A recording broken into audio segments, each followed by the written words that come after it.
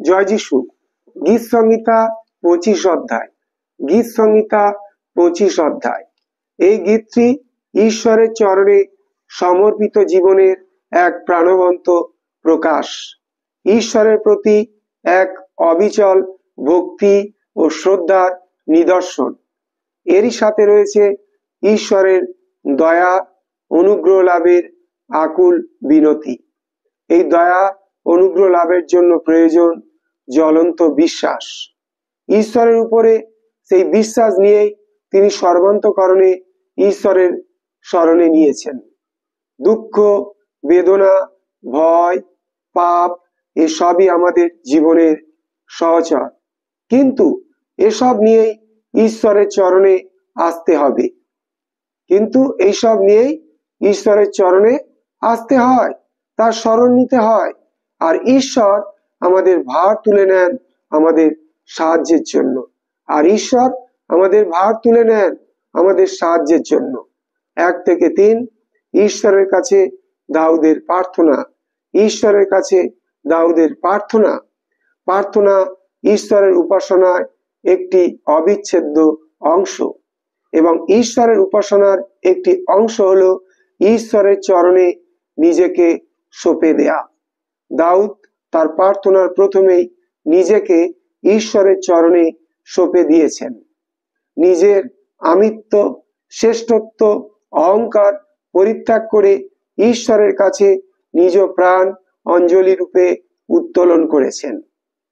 এমন ভাবে যখন কেউ ঈশ্বরের কাছে নিজেকে সঁপে দেয়, তখন সে তার জীবনের সব কিছুর জন্যই ঈশ্বরের উপর নির্ভর করে। দাউদও তেমনি ঈশ্বরের উপর নির্ভর করেছিলেন। দাউদের প্রায় গীতে শত্রুর কথা বলা হয়েছে। সেকালে যারা রাজা হতেন তাদের ঘরে বাইরে সর্বত্রই শত্রু থাকত। দাউদেরও তাই ছিল। শত্রুর হাতে পরাজয় বা লাঞ্ছনা একরকম লজ্জার বিষয়। তাই দাউদের প্রার্থনা, ঈশ্বর যেন তার শত্রুদের জয়ী হতে না দেন। দুষ্টরা সর্বদাই ঈশ্বরের লোকদের দুঃখ, কষ্ট, বিপদ দেখে উল্লাস করে, উপহাস করে। দাউদের প্রার্থনা যেন ঈশ্বর তাদের লজ্জিত করেন। অবশ্য দাউদের এই নির্ভরতা আছে যে যারা ঈশ্বরে নির্ভর করে, ধৈর্য ধারণ করে, ঈশ্বর কখনো তাদের দুষ্টদের হাতে লজ্জার পাত্র করেন না, বরঞ্চ যারা দুষ্ট, যারা ঈশ্বরের লোকদের শত্রু, তারাই শেষ পর্যন্ত লজ্জিত হবে। যারা ঈশ্বরে নির্ভর করে তারাই শেষ পর্যন্ত জয়ী হয়। 4 থেকে 7 ঈশ্বরের পরিচালনা ও অনুগ্রহের জন্য প্রার্থনা। 4 থেকে 7 পদ ঈশ্বরের পরিচালনা ও অনুগ্রহের জন্য প্রার্থনা। ঈশ্বরের কাছে দাউদের নম্রতা আমাদের মুগ্ধ করে। তিনি বিনম্রভাবে ঈশ্বরের কাছে প্রার্থনা করছেন যেন ঈশ্বরের পথ তিনি জানতে পারেন। ঈশ্বর যেন তাকে সত্য পথ জানান, সত্য পথ কি তা বুঝিয়ে দেন এবং সত্য পথে চলতে শেখান। এই সত্য পথের জ্ঞান কেউ দিতে পারে না, একমাত্র ঈশ্বরই সব সত্যে চালাতে পারেন। সত্য না জেনেই মানুষ ভ্রান্ত পথে পতিত হয়। সত্য গ্রহণ না করেই মানুষ বিপথে পরিচালিত হয়। দাউদ জানেন ঈশ্বরই ত্রাণকর্তা, তাই দাউদ নম্রতায় সব ঈশ্বরীয় সত্য গ্রহণ করতে ইচ্ছুক। ঈশ্বরের সত্য শিক্ষা তিনি মেনে নিতে প্রস্তুত। তিনি ঈশ্বরের নির্দেশ ছাড়া চলবেন না, তার পথ ছাড়া তিনি অগ্রসর হবেন না। তাই তিনি ঈশ্বরের সত্য জানার অপেক্ষায় রয়েছেন। প্রভু যিশু বলেছেন, আমি পথ ও সত্য। আমরা খ্রিস্টের মধ্য দিয়ে পথ ও সত্য জেনেছি। আমাদের শুধু প্রয়োজন বাধ্য হয়ে সেই পথ ও সত্যে চলা এবং ত্রাণকর্তা রূপে তার হাতে আত্মসমর্পণ করা। দাউদ সম্রাট হিসাবে কারো কাছে করুণা ভিক্ষা করবেন না, কিন্তু যখন তিনি ঈশ্বরের দিকে মুখ উত্তোলন করেন, তিনি দেখতে পান ঈশ্বরের করুণা, তার দয়ায় তার সবচেয়ে বেশি প্রয়োজন। রাজকীয় যোগ্যতা নিয়ে ঈশ্বরের কাছে কিছু দাবি করা যায় না। রাজকীয় যোগ্যতা নিয়ে ঈশ্বরের কাছে কিছু দাবি করা যায় না, কারণ তাও ঈশ্বরের দয়া। সুতরাং ঈশ্বরের দয়া আর করুণায় তার প্রার্থনার বিষয়। ঈশ্বর প্রেম, ঈশ্বর দয়াময়, ঈশ্বর করুণাময়। ঈশ্বরের এই পরিচয় তার শাশ্বত পরিচয়। ভালোবাসা আর করুণায় ঈশ্বরের বৈশিষ্ট্য। ভালোবাসা আর করুণা ঈশ্বরের বৈশিষ্ট্য।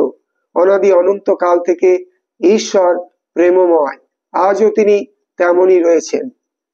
এই অনাদি আনন্দ প্রেমময়ের কাছে তিনি দয়া প্রার্থনা করছেন, তার জ্ঞান ও পথ যাঞ্ছা করছেন, শত্রুর উপর বিজয় প্রার্থনা করছেন। ঈশ্বর একদিকে যেমন প্রেমময়, তেমনি ন্যায়বান। ঈশ্বর একদিকে যেমন পাপীকে ভালোবাসেন, তেমনি অন্যদিকে পাপকে ঘৃণা করেন। ঈশ্বরের কাছে এলেই দাউদের পাপের কথা মনে পড়ে। সেই পাপের জন্য আজও দাউদ অনুতপ্ত। যৌবনের উন্মাদনায় যে পাপ আর মিথ্যা তার জীবনে এসেছিল, সে কথা তিনি আজও ঈশ্বরের কাছে তুলে ধরেন। ঈশ্বর যদি তার সেই পাপ ধরে বিচার করেন, তবে তিনি ঈশ্বরের দয়া পাবার অযোগ্য। কিন্তু ঈশ্বর প্রেমময়, তার কাছে সত্য স্বীকার করলে পাপের ক্ষমা পাওয়া যায়, আর পাপের ক্ষমা পেলেই ঈশ্বরের দয়া ও করুণা পাবার পথ উন্মুক্ত হয়ে যায়। দাউদ ঈশ্বরের সেই দয়া আর করুণার ভিখারি। 8 থেকে 14 পদ। ঈশ্বরের উত্তমতা। 8 থেকে 14 পদ। ঈশ্বরের উত্তমতা। 8 থেকে 14 পদ। ঈশ্বরের উত্তমতা। প্রার্থনা করতে করতে দাউদের দৃষ্টিতে ভেসে ওঠে ঈশ্বরের মঙ্গলময় রূপ। দাউদ মহাপাপী ছিলেন বলেই ঈশ্বরের দয়া যে কত মহৎ তা বুঝতে পেরেছিলেন। যারা ঈশ্বরের কাছে বেশি ক্ষমা পায়, তারা ঈশ্বরের দয়া তত বেশি উপলব্ধি করে। দাউদের জীবনেও ছিল তাই। যদি আমরা পাপী হয়ে থাকি, ঈশ্বর পাপীকে ডাকেন, তাকে মন পরিবর্তনের আহ্বান করেন। পাপ থেকে জীবনের পথে তিনি পাপীকে নিয়ে আসেন। যখন পাপী তার ডাকে সাড়া দেয়, নম্রতায় তার কাছে আসে, তিনি পাপীকে তার সব আশীর্বাদ ঢেলে দেন। পাপী বলেই সে পথ জানে না, আর ঈশ্বর তাকে পথ দেখান। যেহেতু সে নম্র, সেই ঈশ্বরের জ্ঞান জেনে নেয়। ঈশ্বর তাকে বিজ্ঞবান করে দেন। ভালো মন্দ বিচার করে সে ন্যায়বান হতে শেখে। সে ঈশ্বরের পথে চলতে নিজেকে পরিচালিত করে, কারণ ঈশ্বর তাকে শিখিয়েছেন কোন পথ সত্য। ঈশ্বর চিরসত্য, তার ব্যবস্থা বিধিকলাপ নির্মল। যারা তার বাক্য অনুযায়ী চলে, তার বিধি মানে, তাদের জন্য ঈশ্বরের দয়া সতত রয়েছে। ঈশ্বর তাদের সত্য পথে পরিচালিত করেন, কারণ তারা সত্য পথে চলতে চায়। যে সদাপ্রভুকে ভয় করে, তাকেই তো ঈশ্বর শেখাতে পারেন।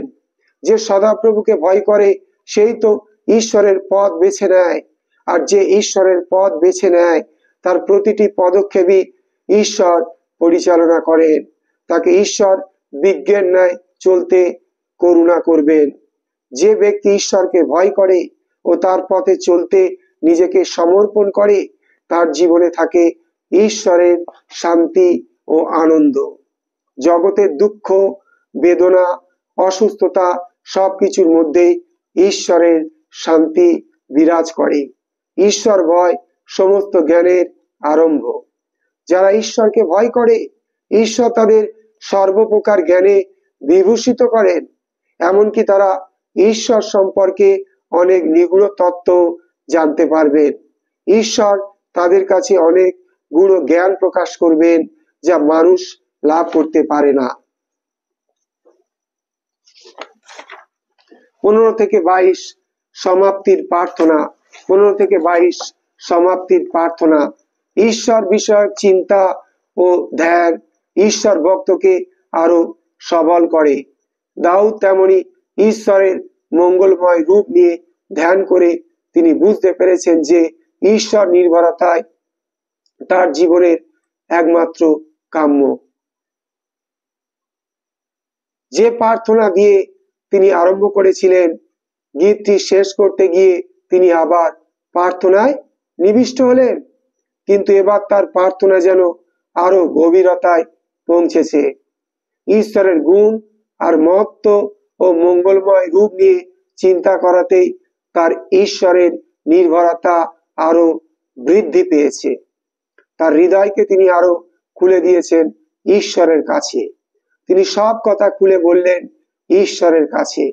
শিকারীর জালে যেমন পশু ধরা পড়ে, দাউদের অবস্থা তেমনই, কিন্তু দাউদের নির্ভরতা ঈশ্বরের উপরে।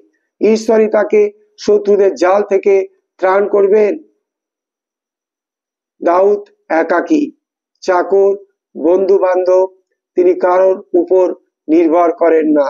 তার দুঃখের ও একাকিত্বের সঙ্গী কেউ হতে পারে না। তার মানসিক যন্ত্রণার ভাগী কেউ হতে পারে না। তার পাপের যাতনার সহভাগী কে হবে? কেউ নয়, কারণ কেউ তাকে এই অবস্থা থেকে ত্রাণ করতে পারে না।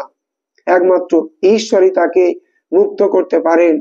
তাই এই ঈশ্বরের প্রতি তার দৃষ্টি, এই ঈশ্বরের প্রতি নির্ভরতা, এই ঈশ্বরের দয়া করুণায় তিনি ভিক্ষা করছেন। দাউদের বিনম্র করুণা ভিক্ষা আমাদের বিচলিত করে।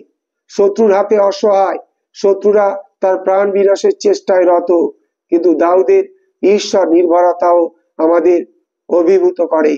তিনি ঈশ্বরের শরণ নিয়েছেন, তিনি ধৈর্য ধরে অপেক্ষা করছেন ঈশ্বরের পরিত্রাণের জন্য। দাউদ শুধু কি নিজের মুক্তির জন্য প্রার্থনা করছেন? তা নয়, কারণ তার মুক্তির সাথে ইসরায়েলের মুক্তি, ইসরায়েলের শান্তি ও নিরাপত্তা। দাউদের মুক্তি ইসরায়েলেরও মুক্তি। ইসরায়েল জাতির জন্য তার চিন্তা ছিল ঠিক নিজের জন্য চিন্তার মতোই। আমাদের জীবনে ঈশ্বরের স্থান কোথায়? দুঃখ, বেদনা, চিন্তা ভাবনায় পড়ে ঈশ্বরকে আমাদের দুঃখের মাঝে স্থান দিতে কি ভুলে যায়? দুঃখ দুর্দশায়, ব্যথা বেদনায়, বিপদে আপদে খ্রিস্টকে আমাদের অন্তরে স্থান দিতে হবে। দুঃখ দুর্দশায়, ব্যথা বেদনায়, বিপদে আপদে খ্রিস্টকে আমাদের অন্তরে স্থান দিতে হবে। সব কিছু জানিয়ে দাউদের মতো তার হাতে নিজেকে সমর্পণ করতে হবে, তার শরণ নিতে হবে, কারণ তিনি আমাদের রক্ষা করতে পারেন, উদ্ধার করতে পারেন। ঈশ্বর মঙ্গলময়, করুণাময়, এ কথা কি আমরা ভুলে যাই না? জয় যিশু।